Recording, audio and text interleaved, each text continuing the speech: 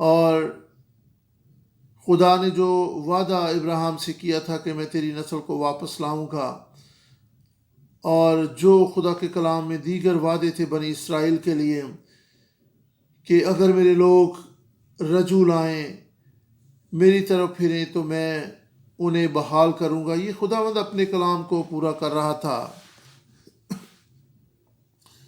اس time line میں آپ ان اعداد و شمار کو دیکھ سکتے ہیں۔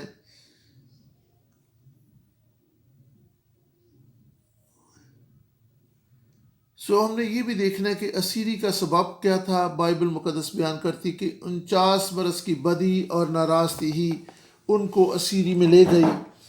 خدا نے انہیں اسیری میں جانے دیا۔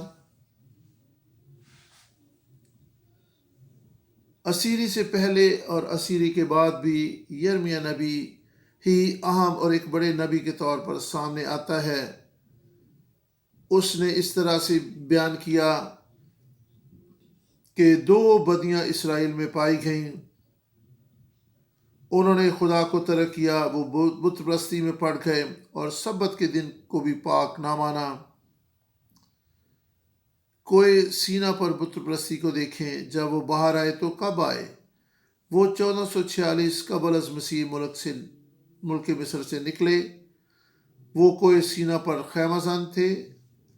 اس وقت انہیں ملک مصر سے نکلے ہوئے 1 سال گزر چکا تھا۔ اسی دور میں انہیں شریعت دی گئی۔ شاید اسی حوالہ سے یرمیہ نبی کہہ رہا ہے کہ تم خدا کے احکامات کو بھول گئے جو اس نے ہمیں اس لیے دی کہ ہم غیر معبودوں کی عبادت نہ کریں اور نہ ہی ان کے سامنے جھکیں۔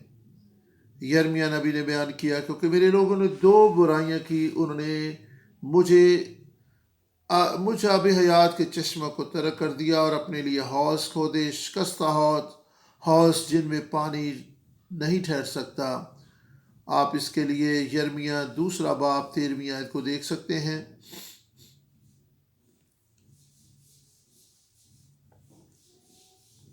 بنی اسرائیل میں بت پرستی کا گناہ تھا اور وہ سبت کے دن کو بھی پاک نہیں مانتے تھے۔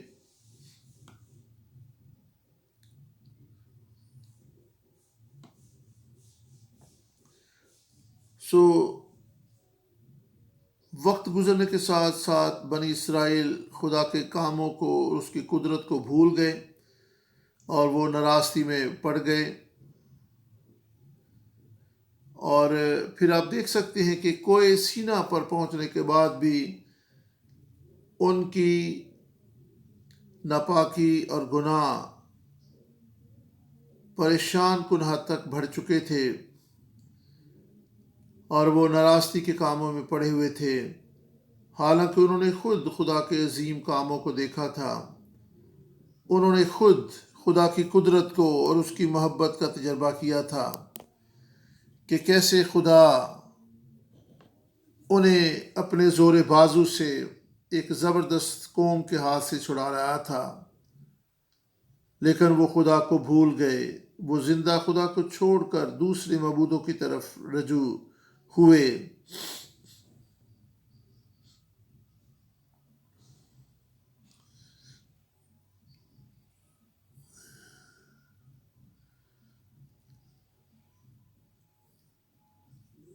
پھر یرمیہ نبی 7 باب 26 آیت میں بھی بیان کرتا ہے، لیکن انہوں نے میری نہ سنی اور کان نہ لگایا بلکہ اپنی گردن سخت کی، انہوں نے اپنے باپ دادا سے بڑھ کر برائی کی۔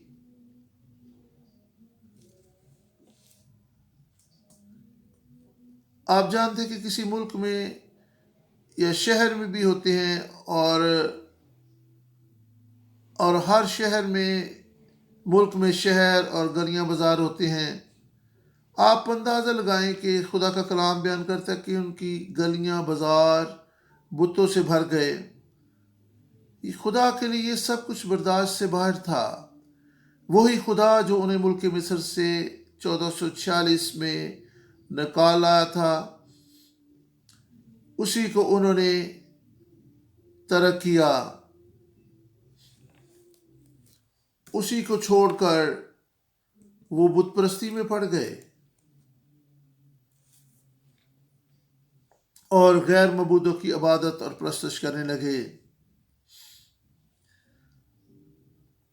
ہمیں اپنی زندگی پر غور کرنے کی ضرورت ہے کہ کیا ہم خدا کی قدرت اور اس کی محبت کو بھول کر اپنی سوچ اور اپنی ڈگر پر چل نکلے ہیں۔ لیکن اس ساری صورتحال میں بھی ہم خدا کی محبت کو دیکھیں گے کہ جب وہ گناہ میں گر گئے تو خدا انہیں بھولا نہیں، خدا نے انہیں ترک نہ کیا۔ خدا نے اپنے نبی ان کے پاس بھیجے، لیکن وہ نبیوں کی بنا سنتے۔ نبی آ کر انہیں سمجھاتے کہ وہ توبہ کریں اور خدا کی طرف رجوع لائیں، اپنے مالک کی طرف پھریں اور بتوں سے ہٹ کر زندہ خدا پر اپنا دھیان لگائیں، بت پرستی سے باز آ جائیں، خدا کو ترک نہ کریں۔ لیکن وہ نبیوں کی باتوں پر توجہ نہ کرتے۔ یہاں پر بہت سی مفید معلومات ہمیں دیکھنے کو ملتی ہیں جو کسی خزانے سے کم نہیں۔ بائبل مقدس بیان کرتی کہ خدا نے اپنے نبی ان کے درمیان بھیجے، خدا نے بر وقت ان کے پاس نبی بھیجے تاکہ انہیں اپنی طرف پھیر لائے، انہیں بیدار کرے تاکہ وہ غلامی میں نہ جائیں۔ خدا نے ان کی ہلاکت کا انتظار نہ کیا۔ بائبل مقدس بیان کرتی ہے کہ خدا نے انہیں توبہ کرنے اور رجوع لانے کا وقت دیا۔ گناہ کے سبب سے خدا نے کہا میں تمہیں اس ملک سے باہر نکال پھینکوں گا، یعنی ملک کنعان سے وہ اپنی ناراستی کے سبب سے نکال پھینکے گئے۔ یہ وہی ملک ہے جو خدا نے انہیں اس وعدہ کے عوض دیا تھا جو اس نے ابراہیم سے باندھا تھا۔ یہ وہ ملک تھا جو خدا نے ان کے رہنے کے لیے دیا تھا۔ وہ اس ملک میں سے نکال دیے گئے، نہ صرف وہ اس ملک میں سے نکال دیے گئے بلکہ 70 برس اسیری میں رہے۔ عزیزو یاد رکھیں کہ جب ہم ناراستی اختیار کرتے ہیں، خداوند کو ترک کرتے ہیں، تو پھر اسیری اور غلامی اور تباہی اور بربادی ہمارا مقدر بن جاتی ہے۔ لیکن یہ خدا کا منصوبہ نہیں۔ خداوند یسوع مسیح نے اس خود کہا کہ میں اس لیے آیا کہ وہ زندگی پائیں اور کثرت سے پائیں۔ خدا نے بنی اسرائیل کے ناراست کاموں کی عدالت کی۔ خدا نے نبوکد نظر کو استعمال کیا۔ یوں پہلی اسیری واقع ہوئی۔ اپنی سلطنت کے پہلے برسی وہ یہودا کے خلاف اٹھ کھڑا ہوا، یعنی 605 قبل از مسیح۔ یہ سب کچھ کس قدر آنن فانن ہوا۔ آئیں اب اسیری کے دوران ہونے والے اہم واقعات پر نظر ڈالتے ہیں۔ یوسیہ بادشاہ کے دور میں خداوند یسوع مسیح کے نسب نامہ کا دوسرا دور اختتام پذیر ہوتا ہے جب وہ شاہی خاندان اور اس کے امراء اور رفقا کو اسیر کر کے لے گیا۔ اسی دور میں دانیل بھی اسیری میں گیا۔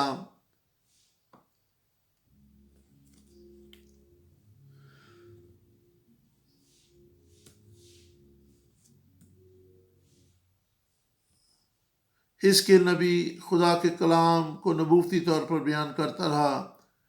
دوسری اسیری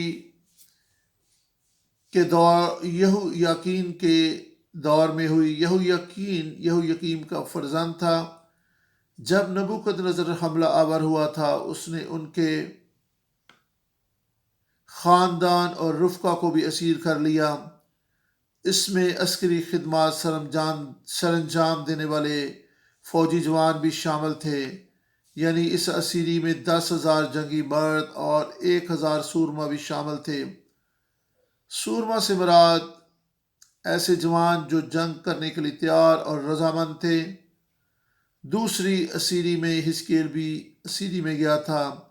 تیسری اسیری میں تیسری اسیری اس وقت ہوئی جب یہودا کی سلطنت میں پہلا بادشاہ تخت نشین ہوا. اسے ذبح حالی ذلت اور رسوائی میں یرغمال بنا لیا گیا.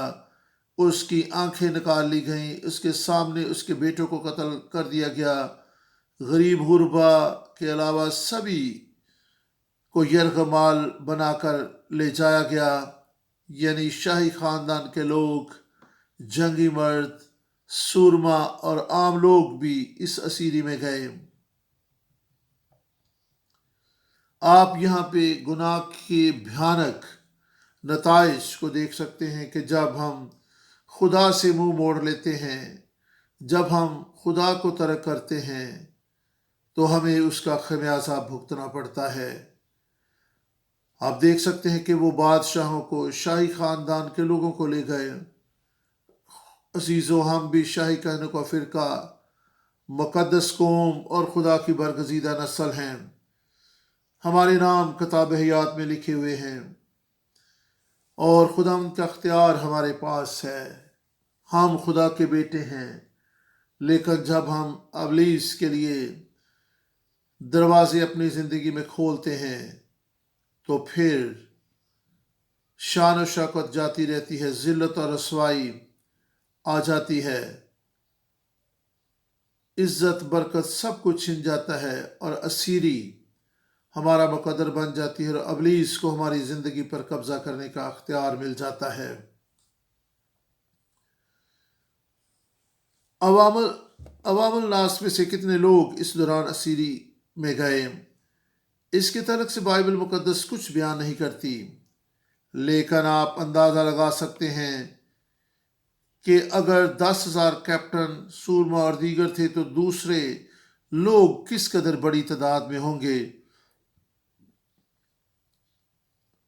بعد ازاں اسیری سے واپسی پر آپ دیکھیں گے خدا خاص طور پر واپس آنے والوں کی تعداد بتاتا ہے.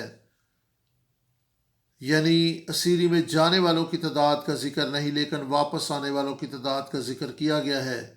یہ نقطہ بھی خاص طور پر سمجھنے کے لائق ہے. ہم بھی ایک طرح سے اسیری میں ہیں. ہم گناہ میں گرے ہوئے ہیں. ہم خدا کا کام نہیں کر رہے. ہم خدا پر ایمان نہیں رکھتے. ہم تو آسانی سے گناہ میں گر جاتے ہیں. بعض اوقات آپ بروز اتوار گرجا گھر جاتے ہیں. سوموار کو ہمارا طرز زندگی کیسا ہوتا ہے؟ گاڑی رش میں پھنس جائے تو ہم بڑبڑاتے ہیں، دوسروں پر تنقید کرتے ہیں، جھوٹ بولتے ہیں. ہم اپنی خدمت اور اپنے ہم خدمت ساتھیوں کے تعلق سے بڑبڑاہٹ اور کڑکڑاہٹ کا شکار ہو جاتے ہیں.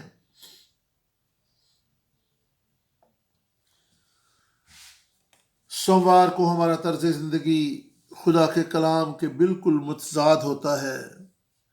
لیکن خدا چاہتا ہے کہ ہم ہر روز ہر لمحہ اس کے کلام کے مطابق زندگی بسر کریں. ہمارا قول و فعل ایک جیسا ہو. یہاں پر غور کریں کہ اسیری میں جانے والے یہ لوگ بلند عہدوں پر فائز تھے. خدا انہیں اسیری میں بھیج کر سکھا رہا تھا کہ اس کے عہد کو توڑنے کا خمیازہ کس قدر بھیانک ہے. خدا انہیں مصیبت میں ڈال رہا تھا. یہی ان کی اسیری کا اصل سبب تھا. عزیزو، آپ بھی اگر کسی ناراستی اور گناہ کی ڈگر پر چل نکلے ہیں تو باز آئیں، واپس آئیں، رجوع لائیں، کیونکہ آپ کو اس کا بھیانک خمیازہ بھگتنا پڑے گا. جہاں اسیری کی بات ہوتی ہے وہاں پر ہیکل کی تباہی کا بھی ذکر آتا ہے. پہلی اسیری کے وقت ہیکل کے کچھ برتن لے جائے گئے جو کہ بڑی اہمیت کے حامل تھے اور قابل استعمال تھے. ہیکل کا ہر ایک برتن مخلصی کے کام کو بیان کرتا ہے جس کو خدا یسوع مسیح نے پورا کیا. برتنوں کا اسیری میں جانا کوئی معمولی بات نہیں۔ بائبل مقدس ان برتنوں کی اہمیت واضح کرتی ہے۔ ہیکل کے برتن بھی اسیری میں گئے اور یہ بڑا ہولناک کام تھا۔ دوسری اسیری کے وقت نبوکت نظر یہودا اور یروشلم واپس آیا، خدا کی ہیکل کے تمام خزانوں سے قیمتی اشیاء بھی لے گیا۔ اس نے کئی ایک چیزوں کو ٹکڑے ٹکڑے بھی کر دیا۔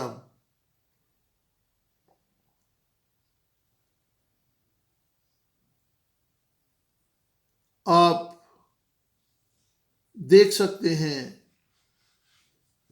کہ گناہ کس قدر بھیانک ہے، نافرمانی کس قدر تکلیف دہ ہوتی ہے، کہ آپ خروج کی کتاب 24 باب 7 تا 8 آیت کو دیکھیں کہ واضح طور پر خدا کی شریعت ان کو سنائی گئی، لیکن وہ عہد کے لفظوں سے پھر گئے۔ یرمیہ 11 باب 3 تا 5 آیت آپ دیکھیں تو وہ خدا کے کلام پر قائم نہ رہے۔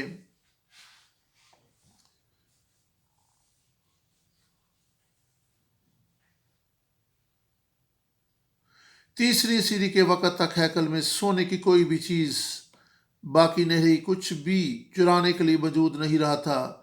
پس اس نے ہیکل یعنی خدا کی ہیکل کو جلا کر رکھ دیا۔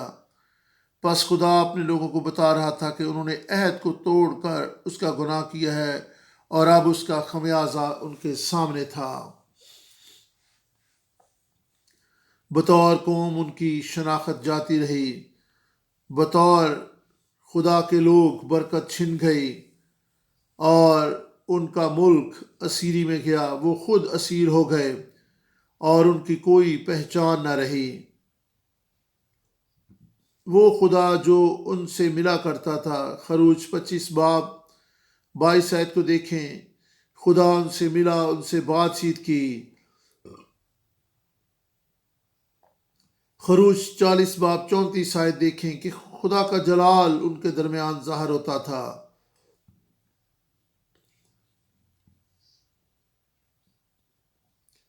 لیکن اب یہ تجربات ماضی کا حصہ بن چکے تھے۔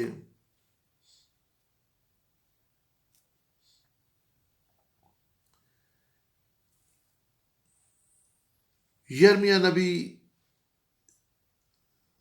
سنیپٹک عہد کا حوالہ دیتا ہے، کیونکہ وہ بیان کرتا ہے کہ اگر تم فرما برداری کرو تو ہمیشہ ملک کنعان میں رہو گے، تمہیں وہاں سے نکلنا نہیں پڑے گا، آپ وعدہ کی سرزمین ہی میں زندگی بسر کرو گے۔ اور وہ عہد جو کوہ سینا پر باندھا گیا، داس کام اور شریعت کو یاد رکھنا ان پر واجب تھا۔ اس عہد میں خیمہ اجتماع کو مرکزی حیثیت حاصل تھی۔ اسیری کے سبب سے وہ اپنی ساری سرزمین کھو بیٹھے، کیونکہ سبھی کو ملک کنعان سے نکلنا پڑا۔ کسی بھی صورت میں وہ وہاں پر قیام پذیر نہیں رہ سکتے تھے۔ جب وہ ملک کنعان میں گئے تو وہ اپنی پہچان اور کنعان کی شہریت بھی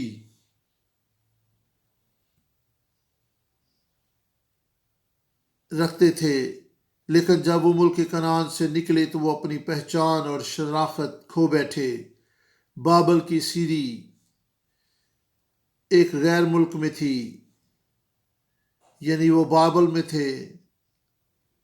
ان کی پہچان خدا کے لوگوں کی حیثیت سے ختم ہو گئی، وہ غلام اور اسیر بن کر رہ گئے۔ ہیکل ان کے لیے مرکزی حیثیت رکھتی تھی، کیونکہ ان کی عبادات اور قربانیاں وہیں پر سب کچھ خدا کے سامنے گزرانا جاتا تھا۔ وہیں وہ خدا کے نام کو عزت اور جلال دیتے۔ ہیکل کی تباہی بھیانک اور ہولناک کام تھا۔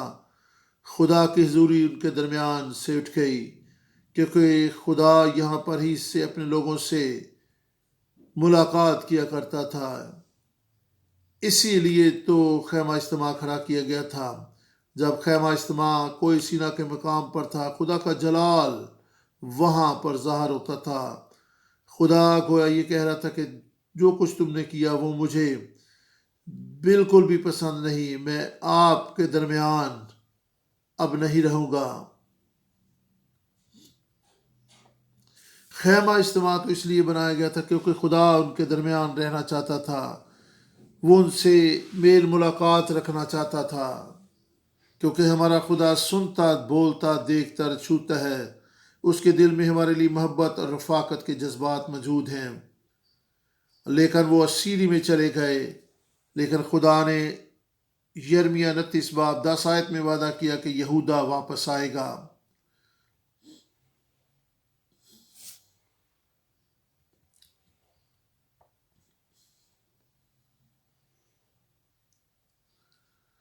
یاد رکھیں کہ خدا نے زندگی کا دم آدم میں پھونک کر اسے باغ عدن میں رکھا۔ خدا نے ملک کنعان میں بھی اپنے لوگوں کو ترک نہ کیا۔ خدا کے لوگوں کے لیے ہیکل بڑی اہمیت کی حامل تھی، لیکن ہیکل کی تباہی بہت افسوسناک اور غمناک صورتحال تھی، کیونکہ خدا کی ہیکل ہی میں خدا کی حضوری ظاہر ہوتی تھی۔ ہیکل کی تباہی اس بات کو بیان کر رہی تھی کہ خدا کی حضوری ان کے درمیان سے جا چکی ہے، خدا ان کو چھوڑ کر چلا گیا ہے۔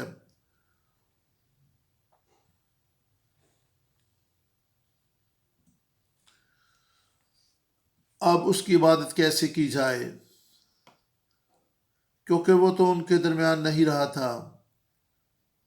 اب بابل کی اسیری تھی، کسی کو بھی یروشلم آنے کی حسرت نہ رہی، کیونکہ یہاں پر لوگ پرستش اور عبادت کے لیے آتے تھے۔ اب کیوں کر آتے؟ کیونکہ ہیکل تو جاتی رہی تھی۔ لیکن خدا اپنے لوگوں کو بھولا نہیں، اس لیے وہ 3 مختلف ادوار میں انہیں واپس لایا۔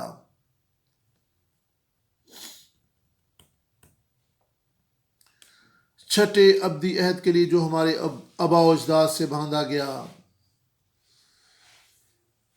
اس کے مطابق خداوند ہمارا بادشاہ ہے، ہم اس کے لوگ ہیں۔ واجب ہے کہ وہ ہمارا بادشاہ اور ہم اس کے کلام اور آئین کے مطابق چلیں، اس کا آئین اور شریعت ہمارا طرز زندگی ہو۔ خدا نے داؤد اور اس کے بیٹے سلیمان سے بھی عہد کیا،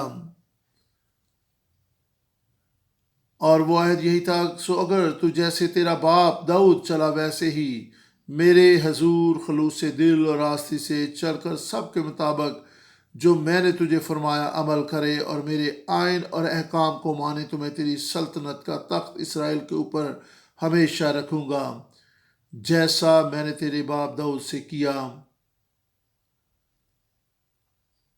اور کہا کہ تیری نسل میں اسرائیل کے تخت پر بیٹھنے کے لیے آدمی کی کمی نہ ہوگی۔ یہاں پر خداوند یسوع مسیح کی بادشاہت کی بات ہو رہی ہے۔ خداوند داؤد کے بیٹے سلیمان سے نبوتی طور پر آنے والے وقت کے تعلق سے بات کر رہا تھا۔ پس وقت پورا ہونے پر خدا نے اپنے کلام کے مطابق اپنے لوگوں کو خورس بادشاہ کے وسیلہ سے 17 برس بعد واپس لانے کا انتظام کیا۔ یہ وہ نبوت تھی جو یرمیہ نبی نے کی تھی کہ یہودا 70 برس کے بعد واپس لوٹے گا۔ شاہ فارس خورس اس کا وسیلہ بنا، جس طرح خدا کی بادشاہی میں ہم واپس لوٹے ہیں۔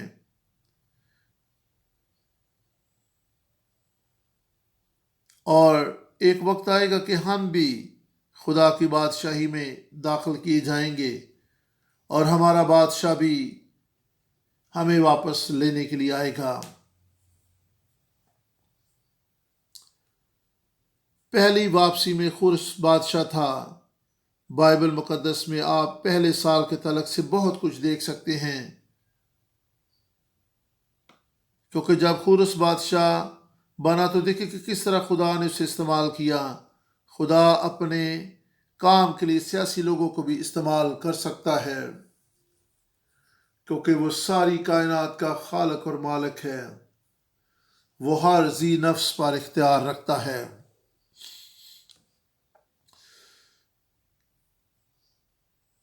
اس نے بادشاہ بنتے ہی یہ منادی کرائی، یعنی خورس بادشاہ نے منادی کرائی، بلکہ منادی کرانے میں جلدی کی کہ یہودی خدا کے گھر کی تعمیر نو کے لیے یروشلم جانا چاہیں تو جا سکتے ہیں۔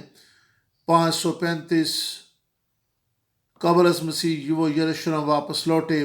اس وقت خورس بادشاہ کی سلطنت کا دوسرا سال تھا۔ پہلے ہفتے زربابل واپس آیا، اس لیے تو ہیکل کا نام اسی کے نام پر رکھا گیا۔ پھر اس کے بعد یشوع کاہن اور بعد ازاں 49,987 لوگ واپس آئے، لگ بھگ 50,000 کے قریب واپس لوٹے۔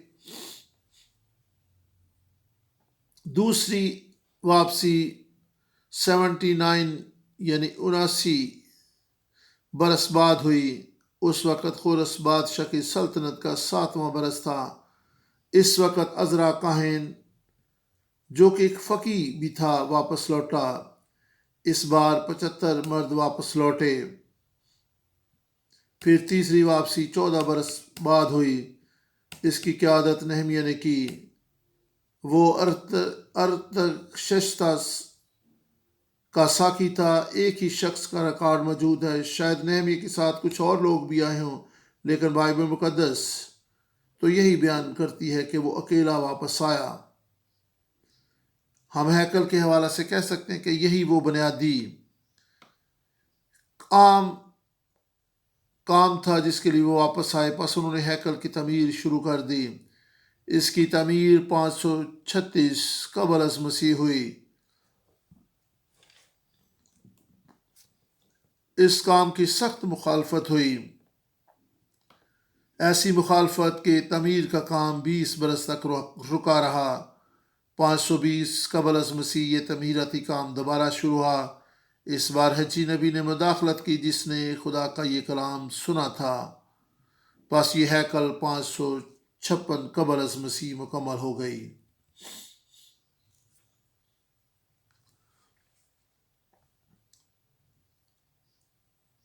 حجی نبی نے لوگوں کو ابھارا کہ آپ کو خدا یہاں پر ہیکل کی تعمیر کے سلسلہ میں ہی لے کر آیا۔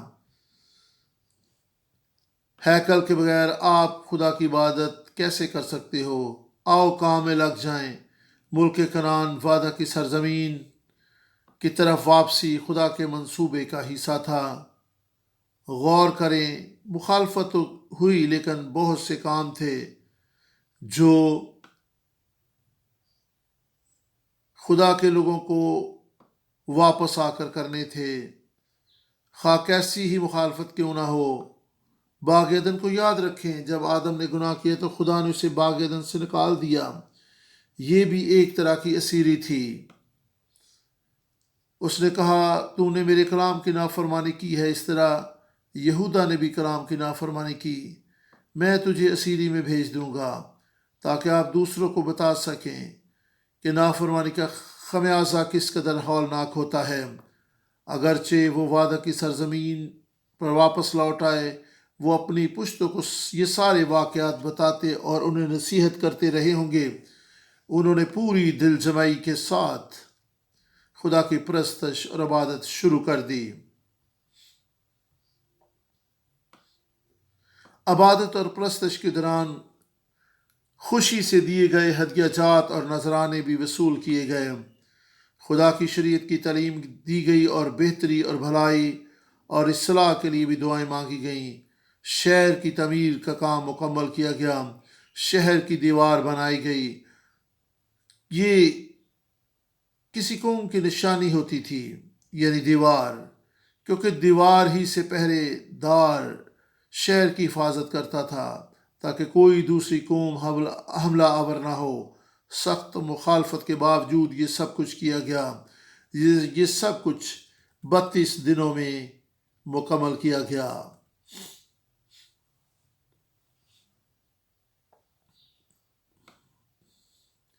جب یہودا بابل میں تھا، وہ اپنی مدد آپ نہیں کر سکتا تھا، وہ اسیری میں تھے، واپسی کے لیے خدا کو ہی کچھ کرنا پڑا۔ خدا نے اپنا وعدہ یاد رکھا، اس نے ایک تبدیلی کے لیے مداخلت کی۔ اگر آپ یرمیہ اور حزقیل کی کتابوں کو پڑھیں تو آپ دیکھیں گے کہ خدا نے اپنے کلام کو نازل کیا اور کرتا رہا، حتیٰ کہ جب لوگ اسیری میں تھے، حزقیل بھی اسیری میں تھا، تو بھی خدا نے انہیں سرفراز کیا اور انہیں یاد کرایا کہ اگرچہ آپ اسیری میں ہو لیکن خداوند تمہارے ساتھ ہے۔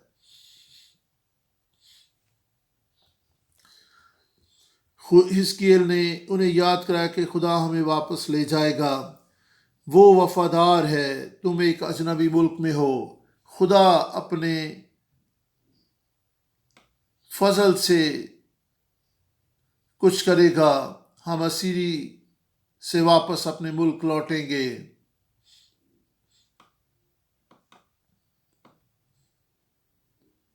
اور بالکل ایسے ہی ہوا۔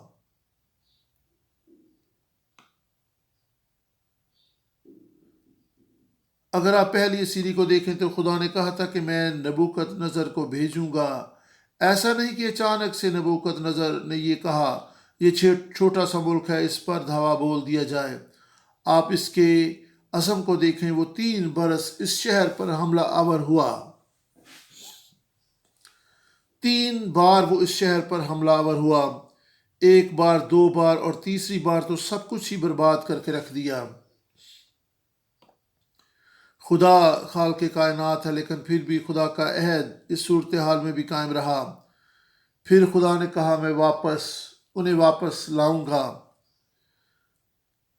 اپنے کلام کو پورا کرنے کے لیے اس نے کہا اگر تم مجھے ترک کرو گے تو میں تمہیں اسیری میں بھیجوں گا۔ خدا کے روح نے بادشاہ کو تحریک بخشی اور اس نے منادی کروائی، کیونکہ خدا نے کہا تھا کہ اگر تم میری طرف رجوع لاؤ گے تو میں تمہارے اسیروں کو واپس لاؤں گا۔ سو خدا نے بادشاہ کے وسیلہ سے منادی کرائی، ہر وہ اسرائیلی جو اپنے ملک لوٹ جانا چاہتا ہے لوٹ سکتا ہے تاکہ وہ خدا کی ہیکل کو تعمیر کرے۔ یہ اعلان اس وقت ہوا جب بابل کہ فارس کو فتح کر لیا گیا۔ ان کے لیے تو ایسا ہی تھا جیسے انہوں نے دنیا کو فتح کر لیا ہو۔ اس نے اعلانیہ کہا خدا نے ہی یہ سب کچھ کرنے کے لیے کہا ہے، خدا ہی نے یہ حکم جاری کیا ہے کہ اس کے لوگ واپس آئیں۔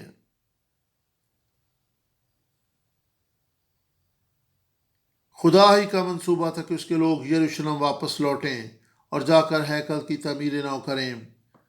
شاہ فارس خورس یوں فرماتا ہے کہ خداوند آسمان کے خدا نے زمین کی سب مملکتیں مجھے بخشی ہیں اور مجھے تاکید کی ہے کہ میں یروشلم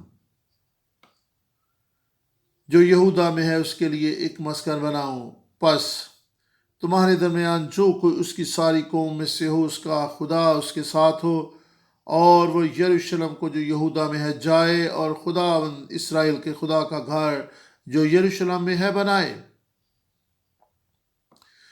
دوسری اسیری میں بھی خدا کا پر فضل ہاتھ تھا، اس کی خواہش تھی کہ ہیکل کو خوبصورت بنایا جائے۔ تیسری اسیری میں نہمیہ کو دیوار کی تعمیر کرنے کے لیے بھیجا گیا۔ یہ سب کچھ خدا کے عطا کیے گئے فضل، جوش و جذبے اور تحریک سے ہی ممکن ہوا۔ تیسری واپسی پر کیا ہوا؟ انہوں نے اس بات کا اقرار کیا کہ ہیکل کی تعمیر نو کے لیے خدا کا فضل ہمارے شامل رہا، بصورت دیگر ہم اس کام کو مکمل نہ کر پاتے۔ یہ میری اور آپ کی تصویر ہے۔ ہماری صورتحال بھی اسی واقعہ یعنی اسیری سے واپس آ کر ہیکل تعمیر نو کرنے سے ملتی جلتی ہے۔ یاد رہے کہ ہم نے بھی ایک گھر تعمیر کرنا ہے۔ ہمیں بھی ذمہ داری دی گئی ہے۔ جیسا کہ عزرا 1:2-4 میں آپ دیکھتے ہیں، ہمیں صرف ایک ہی گھر نہیں تعمیر نہیں کرنا بلکہ خوشی سے دلی رضامندی سے ہدیہ جات بھی گزراننے ہیں۔ اس گھر کی تعمیر و ترقی اور خوبصورتی کے لیے بھی سامان مہیا کرنا ہے۔ اس کے لیے ہدیہ جات کے علاوہ لوگوں کی بھی ضرورت تھی جو سارے کاموں کو سر انجام دے سکیں۔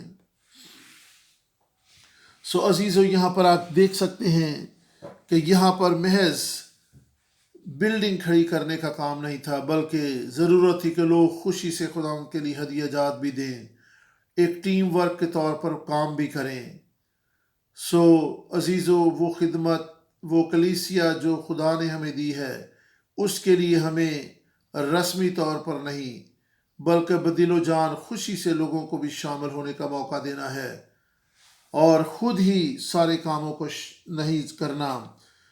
لوگ شامل ہوں، خوشی سے اپنے ہدیہ جات لائیں، خوشی سے خداوند کی عبادت کریں۔ واپس آنے والوں میں 4,299 کاہن اور لاوی تھے۔ ہمیں اس بات کا احساس ہونا چاہیے کہ خدا کی ہیکل کی تعمیر اور اس میں خدمت کا کام درست طور پر کیا جائے، اس کے لیے خدام کی ضرورت پیش آتی ہے۔ یہ ایک الگ خدمت ہے، کچھ لوگوں کی خدمت ہی ہیکل کی دیکھ بھال ہوتی ہے۔ دوسری واپسی کا اصل مقصد ہی خدا کی پرستش اور ہیکل کی تزئین و آرائش تھا۔ ہو سکتا ہے کہ آپ اس وقت کوئی ہیکل تعمیر نہ کر رہے ہوں، لیکن ہم روحانی طور پر ایک ہیکل تعمیر کر رہے ہیں اور اس کام میں دن رات مصروف ہیں۔ ہم میں سے ہر روز ہر شخص اپنی زندگی، دنوں اور اپنی کلیسیا اور قوم کی تعمیر و ترقی میں مصروف ہے، جو کہ روحانی ہیکل ہے۔ ہمیں یہاں پر خداوند کو سکونت پذیر دیکھنا ہے۔ ہیکل میں ہونے والی عبادت اور پرستش میں لاویوں کا کردار بہت اہم تھا، اور جب عزرا 1775 مردوں کو واپس لوٹا لایا تو اس نے محسوس کیا کہ ان میں سے کوئی بھی لاوی نہیں، اور خدمت میں لاویوں کا کردار بہت اہم تھا۔ وہ سردار کاہنوں کے ماتحت رہ کر خدمت کرتے تھے۔ یہ گویا آج کے پاسبان تھے۔ کاہن بھی گویا دور جدید کے پاسبان اور لاوی ہیں، اور خدمت میں لاویوں کا بہت اہم کردار تھا۔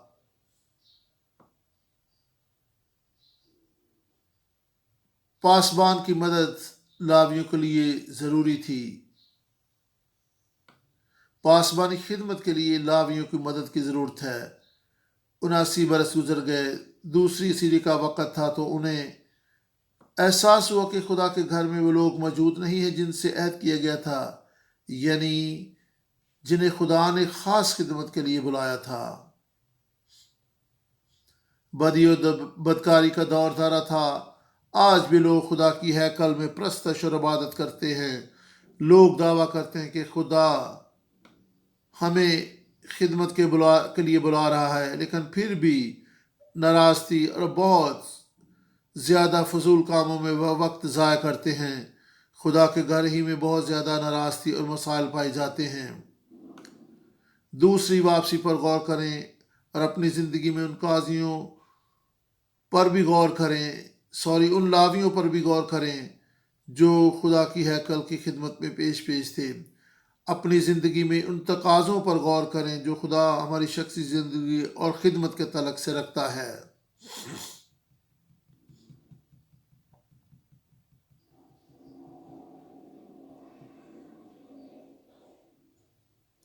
تیسری واپسی پر غور کریں۔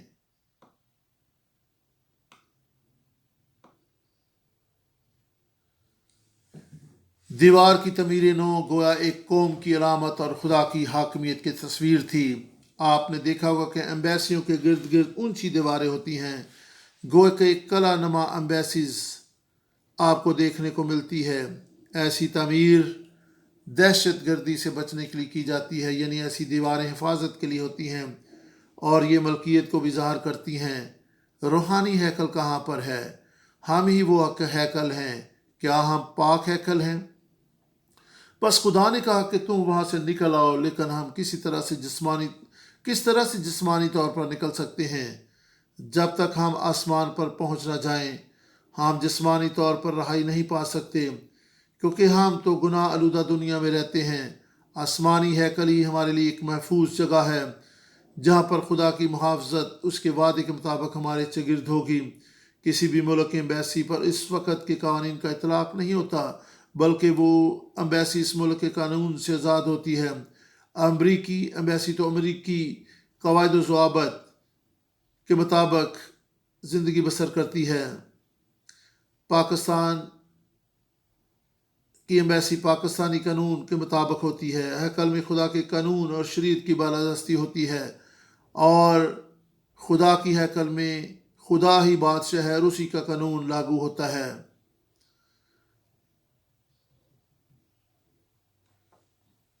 اور خدا کا بندہ حزقیل بیان کرتا ہے، تب وہ مجھے صحن کے پھاٹک پر لایا اور میں نے نظر کی اور کیا دیکھتا ہوں کہ دیوار میں ایک چھید ہے، اور جب میں نے دیوار کو کھودا تو ایک دروازہ دیکھا۔ پھر اس نے مجھے فرمایا، اندر جا اور جو نفرتی کام جو یہاں پر کیے جاتے ہیں دیکھ۔ تب میں اندر جا کر دیکھا اور کیا دیکھتا ہوں کہ ہر نوع کے سب رینگنے والے کیڑوں اور مکروہ جانوروں کی سب صورتیں اور بنی اسرائیل کے بت گرد دیوار پر منقش ہیں، اور بنی اسرائیل کے بزرگوں میں سے 70 شخص ان کے آگے کھڑے ہیں۔ لیکن افسوس کہ حزقیل نبی ہمیں یہ بتا رہا ہے، اگر کسی ایمبیسی کی دیوار گر جائے تو اس کا مطلب یہ ہو کہ عملہ غیر محفوظ ہے، وہ کہیں بھی نہیں جا سکتا۔ اس حوالہ میں خدا اپنی قوم کے تعلق سے بات کر رہا ہے۔ یہ ملک جسے تعمیر کیا جانا تھا خدا کی یہ ہیکل، اور خدا فرماتا ہے، آیا آدم ذات 7 آیت کو دیکھیں۔ تب وہ مجھے صحن کے پھاٹک پر لایا اور میں نے نظر کی اور کیا دیکھتا ہوں کہ دیوار میں ایک چھید ہے۔ یہ کس قدر خوفناک تصویر ہے! اس کا کیا مطلب ہے؟ یہ اسرائیل کے گھرانے کے رہنماؤں کی صورتحال تھی۔ یازنیہ بن صافن ان کے درمیان سبھی کچھ دیکھ رہا تھا۔ بنی اسرائیل کے گھرانے کے بزرگ اندھیرے میں کیا دیکھ رہے تھے؟ ہر شخص کے پاس اپنے کمرے میں ایک بت تھا جہاں وہ کہتے ہیں کہ خداوند نہ دیکھے گا، کیونکہ خداوند نے ملک کو چھوڑ دیا ہے۔ اور اس نے مجھے فرمایا کہ تو ان سے بھی بڑی بڑی مکروہات دیکھے گا۔ تب وہ مجھے خداوند کے گھر کے شمالی پھاٹک پر لایا اور کیا دیکھتا ہوں کہ وہاں عورتیں بیٹھی تموز پر نوحہ کر رہی ہیں۔ تو اس نے مجھے فرمایا، آدم ذات، کیا تو نے یہ دیکھا؟ تو ان سے بڑی بڑی مکروہات دیکھے گا۔ خداوند کے گھر کے اندرونی صحن میں مجھے لایا گیا اور کیا دیکھتا ہوں کہ خداوند کے ہیکل کے دروازہ پر آستانہ اور مذبح کے درمیان قریب 25 شخص ہیں، جن کی پیٹھ خداوند کے ہیکل کی طرف ہے اور ان کے منہ مشرق کی طرف ہیں۔ مشرق کا رخ کر کے آفتاب کو سجدہ کر رہے تھے۔ خدا کی ہیکل خدا کے جلال کے تعلق سے پہلے ہی پیشن کو کر دی گئی تھی۔ اگر ہم کو ہیکل کو محفوظ رکھنا ہے ہمیں اپنے آپ کو پاک رکھنا ہوگا۔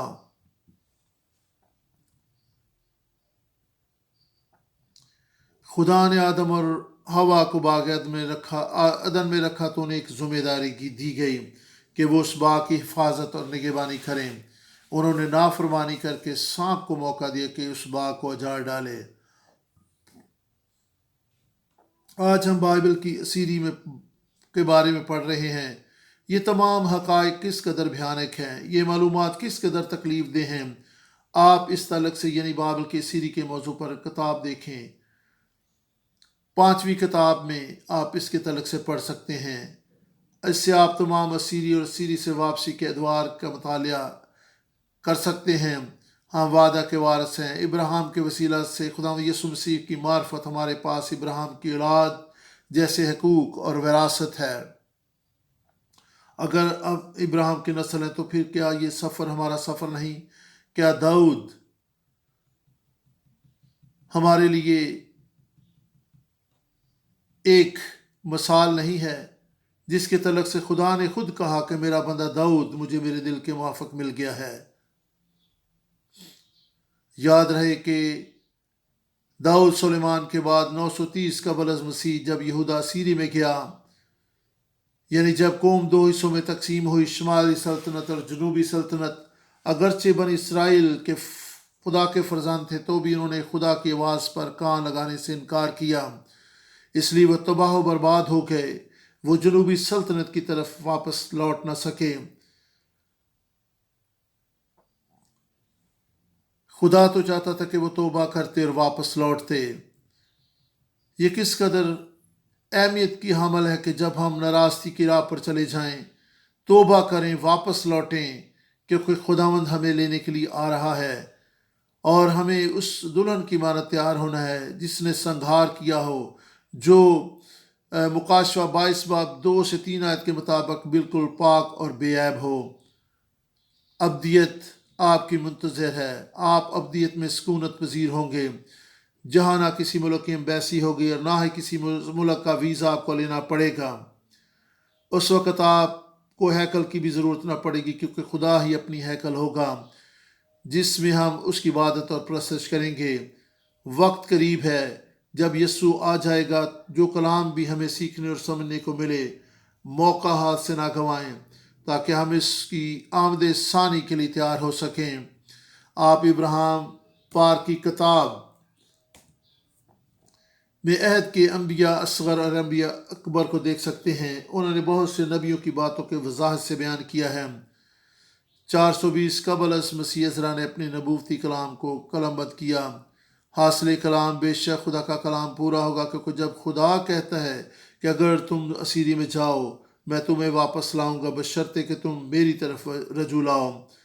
یہودا بے شک 70 برس اسیری میں رہا، لیکن خداوند اسے لوٹا لایا، کیونکہ خدا نے ان سے وعدہ کیا تھا۔ 17 برس میں ہیکل کی تعمیر نو مکمل ہوئی۔ پہلی اسیری 605 قبل از مسیح، واپسی 530 قبل از مسیح، 536 میں انہوں نے ہیکل کی تعمیر کی۔ اس سے بڑی امید حاصل ہوتی ہے، وہ امید جس کا خداوند نے ہم سے وعدہ کیا ہے۔ ہمیں خداوند یسوع مسیح میں ابدی زندگی حاصل ہوگی۔ خدا کی بادشاہی ہماری منتظر ہے، تمام نبوتوں کی تکمیل ہوگی۔ مسیح یسوع کے وسیلہ سے وہ سب کچھ ہمیں ملنے والا ہے جس کا وعدہ مسیح یسوع میں کیا گیا ہے۔ خداوند اپنے وعدوں کو پورا کرتا ہے، اور دیکھیں کہ خدا نے ان سے کہا تھا کہ تو اگرچہ تمہارے آوارہ گرد زمین کی انتہا تک ہوں، میں انہیں واپس لاؤں گا۔ 70 برس کی اسیری کے بعد وہ واپس لوٹے۔ 586 میں ہیکل تعمیر ہوئی۔ 516 قبل از مسیح یہ ہیکل تعمیر ہو گئی، اور اعداد و شمار کے مطابق یہ پورے 70 برس بنتے ہیں، اور یہ خدا کے کلام کے مطابق تھا جو خدا نے یرمیہ نبی کی معرفت کیا تھا، کیونکہ خداوند صادق القول ہے، وہ اپنے وعدوں کو پورا کرتا ہے۔ عزیزو، آج آپ جس بھی حالت میں ہیں، جس بھی آپ اسیری میں ہیں، جس بھی آپ ڈگر پر ہیں، خداوند آپ کو واپس بلا رہا ہے۔ خداوند چاہتا ہے کہ آپ واپس لوٹیں، کیونکہ وہ چاہتا ہے کہ آپ آسمانی ہیکل میں داخل ہو جائیں۔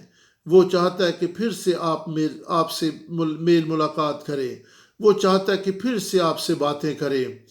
خیمہ اجتماع اس لیے بنایا گیا کیونکہ خداوند ان کے درمیان رہنا چاہتا تھا۔ سلیمان کی ہیکل اس لیے بنائی گئی کیونکہ خداوند ان سے ملاقات کرنا چاہتا تھا۔ خداوند یسوع مسیح اس لیے اس دنیا میں آیا کیونکہ خداوند چاہتا تھا کہ اپنے لوگوں کے درمیان رہے۔ خداوند آپ کو برکت دے، آمین۔